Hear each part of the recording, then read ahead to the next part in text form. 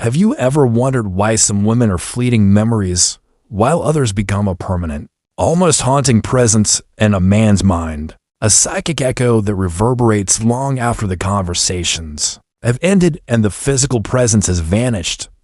This is not about the woman who plays games of calculated seduction, who deploys tricks and tactics learned from a manual. It is about the woman who is the game-a-living embodiment of a mystery, so profound that a man's ego has no defense against it. It is the serene calm of a woman whose self-worth is non-negotiable and internally sourced. The average man is accustomed to a world of noise, of transactional relationships where attention is bartered for validation. His mind, accustomed to being fed a steady diet of external stimuli from you, is suddenly left to its own devices, and into this void, he will pour his own psyche. The woman who embodies this principle does not seek to control a man. She is far too occupied with the grander task of controlling her own perceptions, her own emotions, her own destiny. This lack of a need for control is the ultimate form of control. When you demonstrate through your actions and your energy that your emotional state is not contingent on his, you remove all his conventional levers of power. He cannot make you happy, so he cannot take that happiness away. He cannot rescue you, so he cannot become your hero. He is stripped of his script, left standing naked and unrehearsed before you. In this state, he can only be authentic, and it is in that moment of his enforced authenticity that he sees you not as an object of conquest, but as an equal, a formidable and mesmerizing force of nature. He stops trying to figure you out and simply begins to feel you, a presence that lingers like the final note of a powerful song. Long after the music has stopped, he will project his hopes, his fears, his deepest insecurities, and his most potent desires. Your absence becomes a canvas upon which he paints a portrait of his own inner world. He begins to wonder not what you are doing, but who you are. The questions shift from the logistical to the existential. This is the critical turning point. He is no longer interacting with a person. He is wrestling with the idea of you. You have become a symbol, an archetype that has taken root in the fertile ground of his unconscious. He expects a woman to fill the spaces, to text back immediately, to seek reassurance, to make her desires and insecurities known. A man as shadow contains everything he has repressed in order to function in the world. His vulnerability, his doubt, his own unpursued creative passions. The woman who is a whole universe unto herself, who is unafraid of her own depths, acts as a powerful catalyst for his own shadow work, whether he is conscious of it or not. Your self-possession silently asks him, where is your inner citadel? Who are you when no one is watching? What have you abandoned in yourself? These are terrifying questions for an unexamined man. His ego will resist. It may even lash out, labeling you as distant, aloof, or difficult. But his soul, his anima, recognizes the call. It sees in you a promise of integration, of a wholeness it yearns for. This internal conflict, the ego's fear versus the soul's yearning, is the engine of his obsession. He is fighting a battle within himself, and you are the battlefield. This constant exchange, this psychic static, keeps the interaction safely on the surface, within the realm of the ego. The woman who inhabits his psyche, however, masters the art of profound, sovereign silence. This is not the punitive silent treatment, which is a weapon of a wounded ego, a childish demand for attention. No, this is the silence of a queen in her own kingdom. It is a silence that says, I am engaged with a life that fascinates me. My world does not pause when you are not in it. Her center of gravity is located deep within herself, not in his approval, his texts, or his presence. Marcus Aurelius spoke of the inner citadel, a fortress within the mind that external events cannot breach. The unforgettable woman has built this citadel. She enjoys his attention, but she does not need it for sustenance. She desires his presence, but her peace is not shattered by his absence. This self-possession creates a paradox for the male psyche. A man is culturally conditioned to be the pursuer, the problem solver, the one who provides. When he encounters a woman who has already solved the problem of her own happiness, who has already provided for her own emotional and spiritual needs, he is left with a sense of profound and maddening curiosity. He is not needed in the conventional sense, and this frees him to desire her in a much deeper, more primal way. He is no longer fulfilling a role. He is simply, purely, drawn to her essence. You don't trigger his instinct to protect. You trigger his instinct to know. And that is a far more permanent obsession. Today, we delve into the forbidden territory of the male psyche, not to manipulate it, but to understand the powerful, almost spiritual phenomenon that occurs when a woman stops trying to be seen and, in doing so, becomes unforgettable. This is the art of inhabiting his psyche. To become unforgettable is not to occupy a man's time. It is to colonize a corner of his unconscious. The woman who achieves this does so not through her beauty, though she may be beautiful, nor through her intellect, though she may be brilliant. Most women appeal to a man's ego. They flatter him. They validate his strength. They reflect back to him the image he wants to see. The unforgettable woman, however, bypasses the ego entirely. She speaks directly to his soul. When you embody this energy, you become a mirror not to his curative persona, but to the deepest, most neglected parts of himself. You reflect his own potential for depth, his own unlived life, his own shadow. This is deeply unsettling for him, yet irresistibly attractive. It feels like coming home to a place he never knew he was missing. He doesn't know why he is drawn to you. He just knows that in your presence, he feels more himself than he does with anyone else. It is a dangerous and intoxicating cocktail of comfort and chaos. She achieves it because she has done the one thing most people, men and women alike, spend their entire lives avoiding.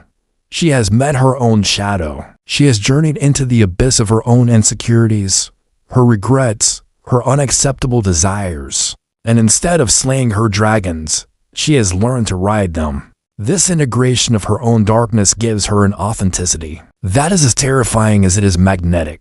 A man feels this not as a conscious thought, but as an energetic signature. He senses a woman who is whole, who does not need him to complete her because she is already a universe unto herself. This is the woman who activates a man's anima, the Jungian term for the unconscious feminine aspect of his own soul. Her power is rooted in a stoic principle, a profound indifference to the outcome. This is not a cold, defensive detachment. This psychic sovereignty creates what can only be described as an energetic vacuum. When you cultivate this silence, you are not ignoring him. You are inviting him to meet himself in the space you've created. This process is deeply connected to his own shadow.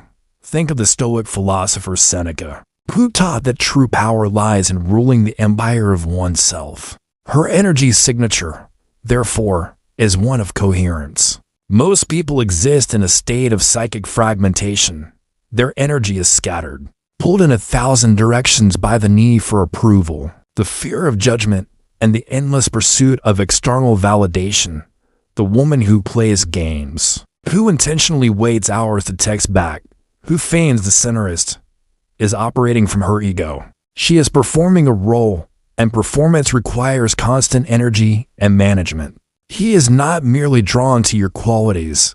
He begins to project his own highest potential onto you. She understands that his feelings, his choices, and his ultimate commitment are entirely outside her dominion. She pours her energy not into anxiously managing his perceptions of her, but into meticulously curating the quality of her own inner life. She cultivates gardens of thought, reads books that challenge her, engages in practices that ground her, and builds a life so rich that a man's presence is a welcome addition, not a desperate requirement. This is the source of her unshakable calm. When you live this way, you cease to be a participant in the drama of modern dating. You become an observer of it with a gentle, detached amusement, the Anima, that sleeping feminine divine. Within him, seizing you its own waking form, the wounded woman detaches as a defense mechanism, building walls of ice around a fragile heart. Her detachment is brittle, a performance of strength that masks a deep fear of being hurt again. It radiates a cold, anxious energy. The wise woman's detachment, however, is a state of profound love, first and foremost, for herself and for the truth. It is a warm, expansive energy.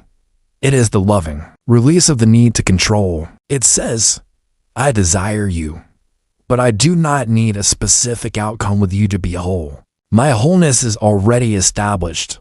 A man's psyche can feel the difference with absolute clarity. The cold detachment of the wounded woman triggers his instinct to fix or to flee. The warm detachment of the wise woman triggers his instinct to admire, to respect, and to earn his place in her world. Your courage to face your shadow gives his own shadow permission to emerge. Your embodiment of wholeness makes him painfully aware of his own fragmentation. This is not always a pleasant experience. For him, it can be deeply unsettling, forcing him to confront the ways in which he has betrayed himself, the dreams he has abandoned, the emotional depth he has feared to explore. You become his spiritual crucible. The relationship, whether it lasts a night or a lifetime, is no longer just about romance or companionship. It becomes an essential, and often painful, part of his own journey of individuation.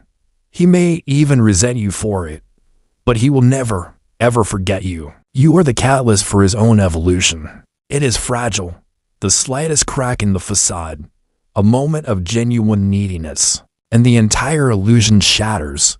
The man may be temporarily intrigued by the performance, but on a subconscious level, his psyche detects the inauthenticity.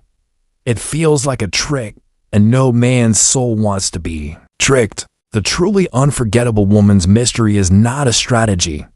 It is a natural consequence of her depth. Her inner world is a vast and complex landscape. She has passions, spiritual pursuits, intellectual curiosities, and a rich emotional life that are entirely her own. She is not always available to him, not as a tactic, but because she is genuinely and joyfully engaged in the act of living her own life. They are a chaotic symphony of conflicting desires. The unforgettable woman, through her disciplined inner work, her shadow integration, her commitment to self-knowledge has harmonized these discordant notes. Her energy is a clear, single frequency.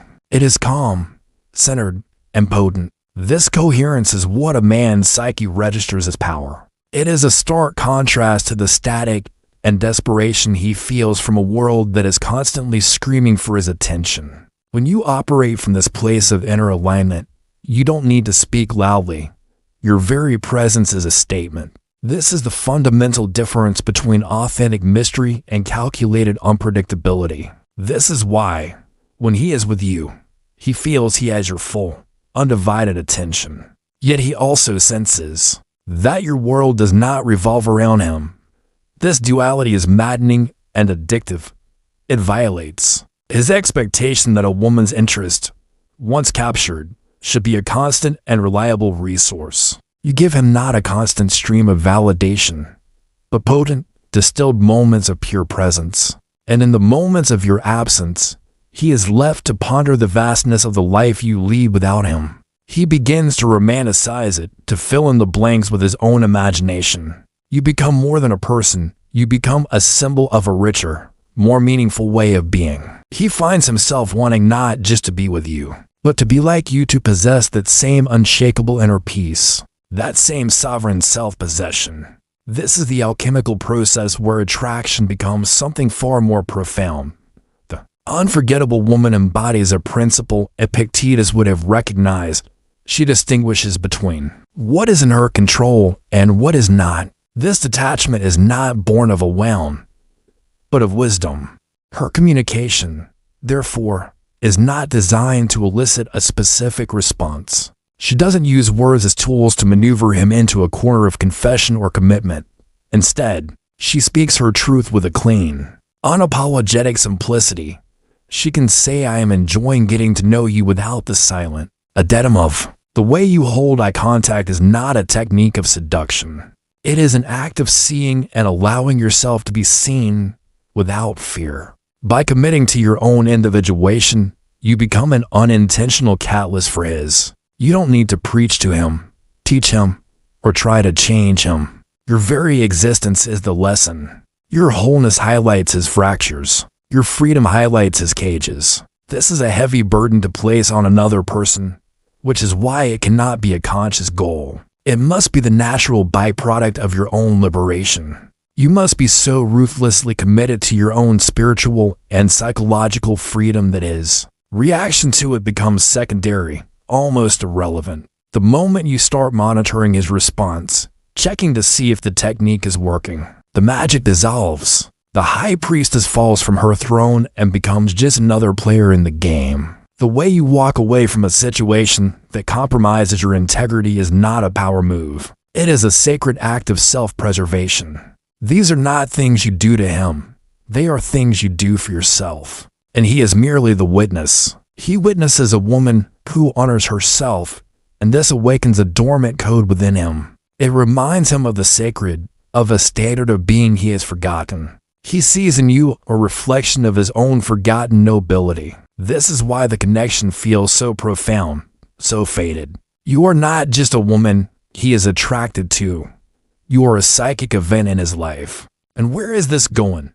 She can express her own boundaries without anger or ultimatum, stating them as simple facts of her reality, like the laws of physics. I don't text late at night is not a rule to test him. It is a statement of her own peace. It is to build a life of such meaning, depth, and beauty that you fall completely in love with your own existence. It is to heal your own trauma so you no longer seek a man to be a savior, but a partner who can meet you in your strength. It is to know your own shadow so intimately that you are not afraid of his. When you reach this state, your aura radiates a magnetic peace. You are no longer chasing love, validation, or attention.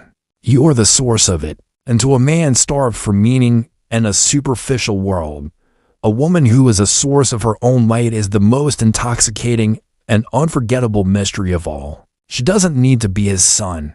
She is her own solar system, and he finds himself, against all logic, pulled into her orbit. The woman who knows her worth doesn't chase, she chooses. This clean communication is profoundly disarming to a man accustomed to deciphering hidden meanings and navigating emotional minefields. With you, what you see is what you get, but what he sees is a woman of immense integrity and self-respect. He doesn't have to guess where he stands with you, but he is left to constantly wonder how he can possibly stand worthy of you. This way of being bypasses the ego's need for drama. Trauma bonds are often mistaken for deep connection. The chaotic highs and lows creating a false sense of intensity. The unforgettable woman offers something far more rare and potent, peace. But it is not a boring peace.